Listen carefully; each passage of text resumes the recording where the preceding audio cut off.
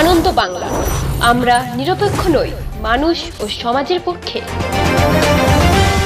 নিবেদন করছে RP club private limited এবং Leo, a large EV and solar innovation. সহ নিবেদক বারডোয়ান ইউনিটেক টেকনিক্যাল ইনস্টিটিউট, যে দেয় চাকরি ও ভবিষ্যতের গ্যারান্টি। বর্ধমান শহরের কোর্ট কম্পাউন্ড এলাকায় বর্ধমান আদালত চত্বরের মধ্যে 7 নম্বর ওয়ার্ডের তৃণমূল কংগ্রেসের সহসভাপতি গোলাপ সোনকার নিজের ব্যক্তিগত কিছু কাজ করাতে এসে গাড়ি রাখাকে কেন্দ্র করে কিছু জুনিয়র আইনজীবীদের সঙ্গে হাতাহাতিতে জড়িয়ে পড়েন। তৃণমূল নেতা গোলাপ সোনকারকে একা পেয়ে তাকে মারধর করা হয় বলে অভিযোগ। তারপর তিনি বিষয়টি ওয়ার্ডে জানান। তারপর তৃণমূল কর্মী সমর্থকদের সঙ্গে নিয়ে কোর্ট চত্বর থেকে বর্ধমান থানায় যান। সেখানে কিছুক্ষণ বিক্ষোভ দেখান, তার দোষীদের অবিলম্বে গ্রেপ্তার করতে হবে এবং এই ঘটনা পুনরাবৃত্তি যেন না হয় এই দাবি নিয়ে তারপর বর্ধমান বার অ্যাসোসিয়েশনের কাছে লিখিত জমা দেন জুনিয়র আইনজীবীদের বিরুদ্ধে। আমি কোর্ট চত্বরে আজকে আমার একটা কেসের ডেট ছিল, আমি কোর্টে যাচ্ছিলাম, দিয়ে গেটের কাছে গাড়ি পুলিশরা আটকায়, বলে যে এটা যাওয়া যাবে না, বলে এটা উকিলরা যায়। ঠিক আছে স্যার, আমি গাড়িটা ব্যাক করতে যাব, দিয়ে একটা জুনিয়র উকিল পিছন দিয়ে হর্ন দিল জোরে।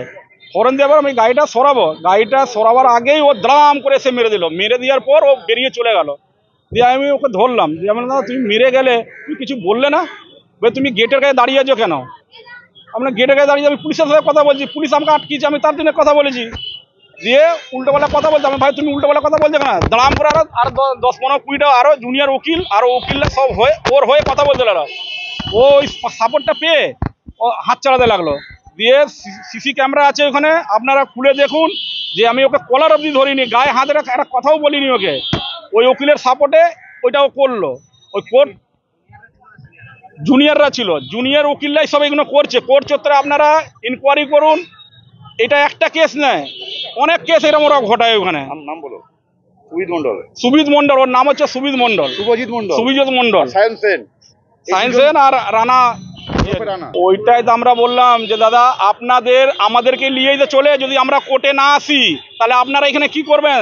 তা বলে আপনারা মুখ্যদেরকে গায়ে হাত দিবেন এইভাবে করে যাচ্ছাই করে উল্টো পাল্টা বললো। আমরা বার অ্যাসোসিয়েশনে একটা চিঠি করেছি, আমরা থানাতে এসেছি কমপ্লেন দিতে, আমরা ওকে অ্যারেস্ট করাবার দাবি রাখছি। আমি বিচারকের জায়গায় গেছি বিচার চাইতে, ওই জায়গাতে যদি এইরকম করে, কালকে একটা মেয়ে ছেলেকে উকিল যদি শ্লীলতা হানি করে সব উকিলরা মিলে, জুনিয়র উকিলরা মিলে বলবে এটা ঠিক হয়েছে, তাহলে কি কোনো আইন ব্যবস্থা বলে কিছু নেই? কোর্টের চত্বরে বলে ওরা যাচাই করতে পারবে, যাই বুঝলি? তাহলে ওনাকে সিসি ক্যামেরা খুলুন, ফুটেজটা খুলুন, যে হাতটা কে দিয়েছে। আমি দিয়েছি একটা খালি দেখাতে বলবেন। আমরা তিনকোনিয়া গুডস রোড তৃণমূল কংগ্রেসের পক্ষ থেকে আমরা এসেছি। আমরা এই ধরনের ঘটনা তীব্র নিন্দা করছি। এই ধরনের ঘটনা যাতে আগামী দিনে না ঘটে, মানুষ যাতে নিরাপত্তা কোর্ট চত্বরে থাকে, মানুষের নিরাপত্তা থাকা উচিত এবং যারা আইনের রক্ষক তারাই আইন হাতে তুলে নিয়ে আইনের ব্যবহার করছে। আমরা তীব্র প্রতিবাদ করছি এবং দৃষ্টান্তমূলক শাস্তি আমরা দাবি করছি। থানাতেও ইতিমধ্যে কমপ্লেন করেছি। আর বার অ্যাসোসিয়েশনকে আমরা জানিয়েছি, বার অ্যাসোসিয়েশন আমাদের আশ্বাস দিয়েছে যে তারা বিষয়টা খতিয়ে দেখছেন।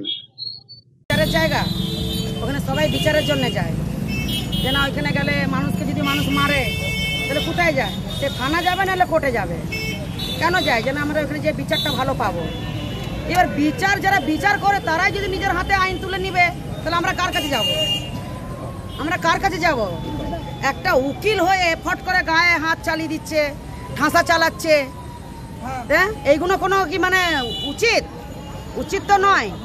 আজকে তুমি একটা লোকের গায়ে ফট করে তুমি তাদের জন্য তোমাদের পেট চলছে, তাদের জন্য যদি কোর্টে যদি এবার যদি লোক শুনবে, একটা যদি সে দামি লোককে যদি গায়ে হাত তুলে দেয়, তারা 30টা-35টা গাড়ি আছে, একটা পার্টির লোক, তার গায়ে যদি হাত তুলে দেয়, আম ইনসানের গায়ে তো যখন তোর হাত তুলে দিবে।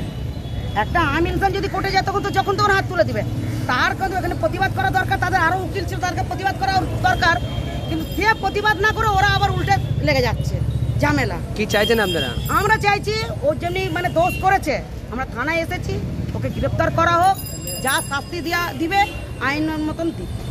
এবং বর্ধমান জেলা বার অ্যাসোসিয়েশনের পক্ষ থেকে জানানো হয় তারা এই বিষয় নিয়ে আলোচনায় বসেছেন। খুব দ্রুত এই সমস্যার সমাধান হয়ে যাবে বলেও জানান। পূর্ব বর্ধমান থেকে দেবাশিস ঘোষের রিপোর্ট, আনন্দ বাংলা।